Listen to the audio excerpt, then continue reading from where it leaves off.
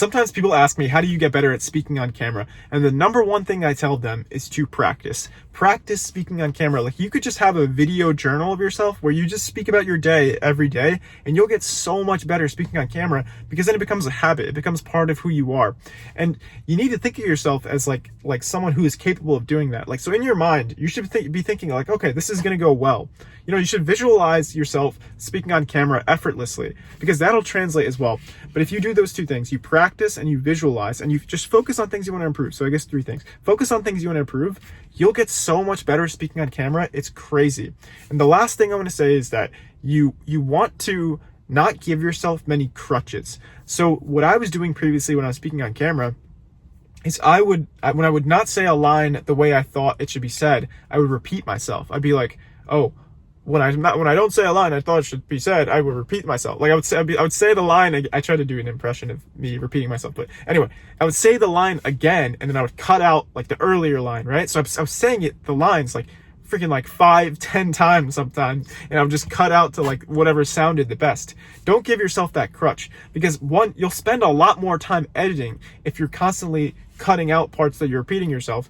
But if you're just like, okay, I have to be able to get this like while I'm speaking in my video journal, I have to be able to like say it as clearly as I can, then you'll start to train your mind to just come up with ideas as you're speaking. And also, you won't have to spend that much time editing. And it'll be a lot more clear when you're watching the video back of what you were trying to do, because you're not giving yourself that option. You're not giving yourself a crutch. You know what I mean? Like, if you have crutches, then it's harder to walk around, because you're leaning on something, right? You're not teaching yourself how to walk. This isn't medical advice. I'm not saying that to never use crutches. So you get the point. If you injure your ankle, you have to do some sort of like physical rehab to get to the point where you're walking again. Eventually you got to ditch the crutches once your ankle's healed, right?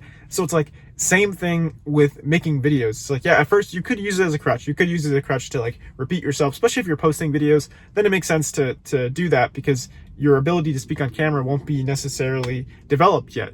But if you're practicing, the best way to practice is by video journaling, and then not letting yourself repeat yourself. Not letting yourself edit it out. See, I'm not going to edit that out. I'm being honest. Being honest.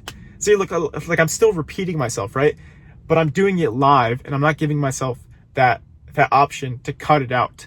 And also, because of that, like, these videos are starting to feel, I think, more authentic, because it kind of feels like we're on a FaceTime. It's like we're just FaceTiming, and that helps for my coaching service too, which I'm offering a free coaching call if you're having difficulty putting yourself out there, in social situations, posting content, speaking on camera. These are things that I help people with, and I'm offering a call for free with the link in the description.